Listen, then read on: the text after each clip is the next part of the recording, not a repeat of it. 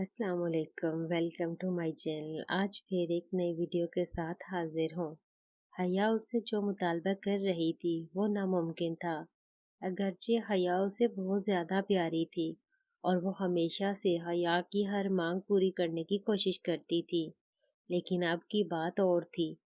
अब हया उससे कोई खिलौना नहीं बल्कि अली मांग रही थी और नाजिया बेचारी इतनी बाख्तियार हरगिज नहीं थी कि हया की ये मांग पूरी कर सके, खसूसन जब उसका सगा बाप चौधरी असलम इस मामले की सबसे बड़ी दीवार बनकर खड़ा था। बेबसी के एहसास के साथ ही उसकी आंखों से दो मोटे मोटे आंसू निकले और उसके गालों पर बह गए।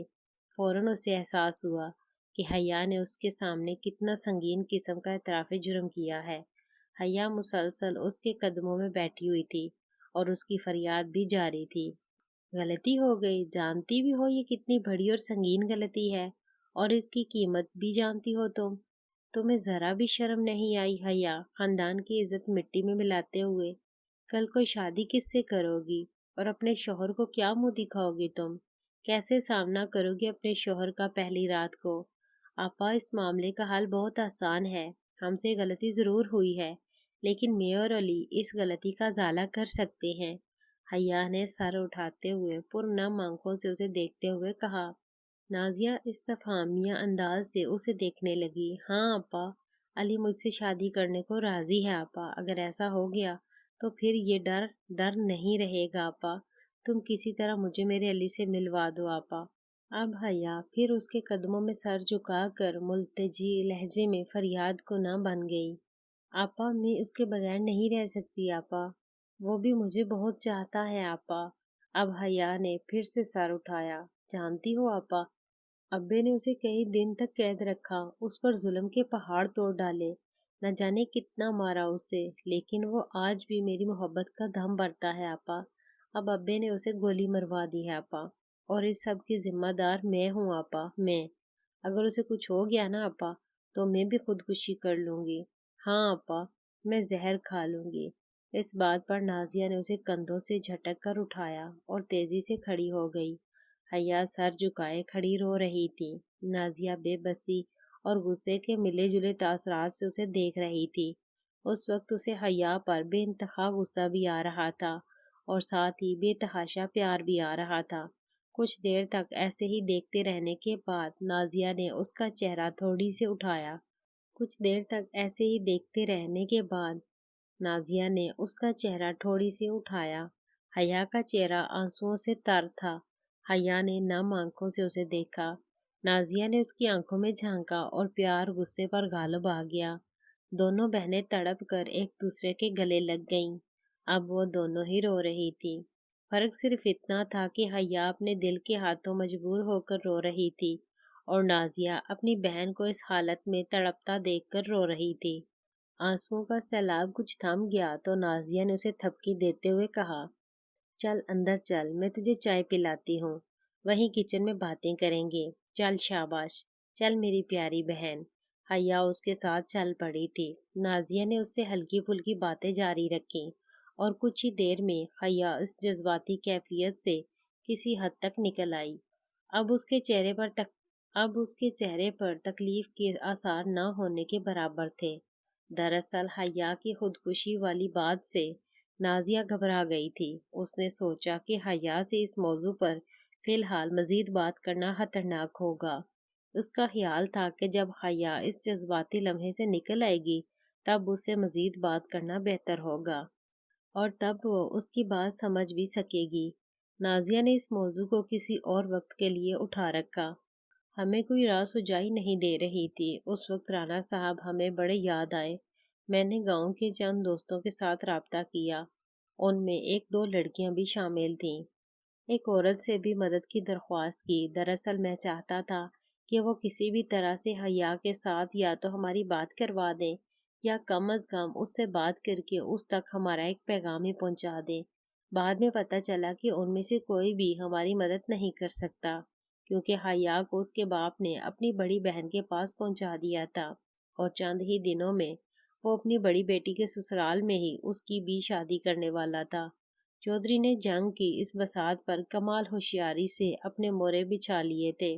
हमारे किसी भी प्यारे के लिए कोई रास्ता नहीं छोड़ा था।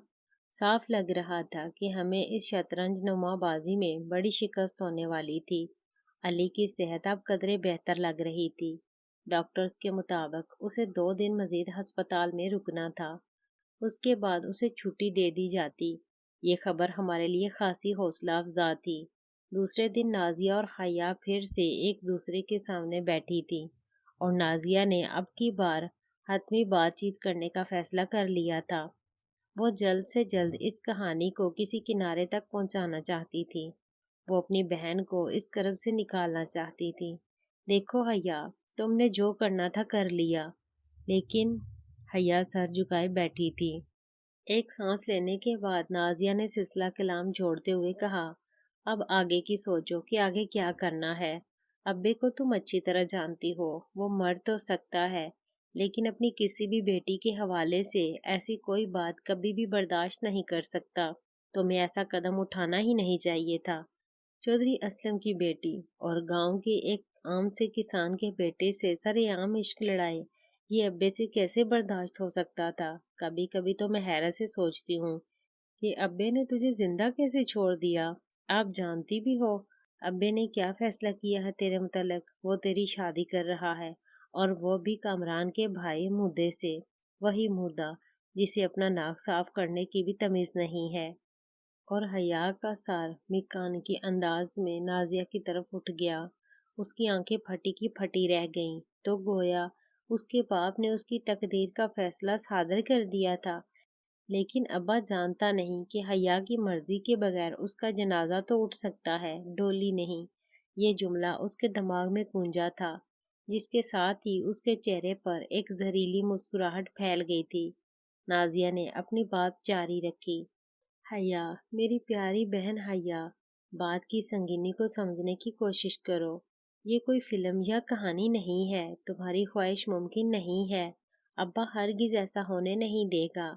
अगर जल्द तुमने अपने आप को ना समझाया तो फिर वो हो सकता है जो अभी तक नहीं हुआ।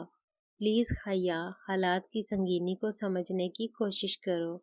अगर तुम अब्बे से माफी मांग लो तो मैं भी अब्बे के पैर पकड़कर मुद्दे से तेरी शादी रुकवाने की पूरी कोशिश करूंगी।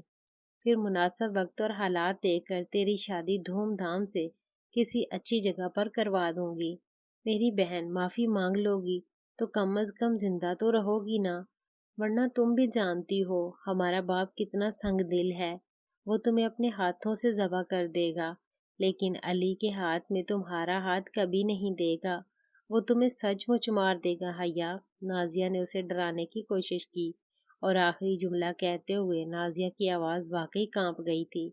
जैसे उसके तस्वर में चौधरी वाकई हया का गला घोंटने, उसे मारने के दर पे था।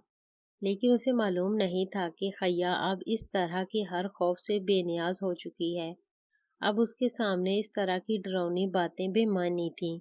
मारना है तो मार दे। हया जैसे फट पड़ी। कर दे ज़बा अपने हाथों से। अब मैं मरने वरने से नहीं डरती आपा। अब्बा क्या समझता है आपा कि इस तरह से वो मुझे अपने फैसले के सामने झुका लेगा या मेरे दिल से उसकी मोहब्बत निकाल पाएगा? नहीं, नहीं आपा, नहीं। ये अब्बे की गलतफहमी है। बहुत सह लिए अब्बे के जुल्म, बहुत बर्दाश्त कर ली अब्बे की मनमानियाँ, लेकिन अब नहीं। हाँ आपा, अब और नहीं। हया अब अली की है और अली की ही रहेगी। नावल का अगला पार्ट बहुत जल्द अपलोड कर दिया जाएगा। हमारे साथ जुड़े रहने के लिए बहुत शुक्रिया। अल्लाह हाफिज़।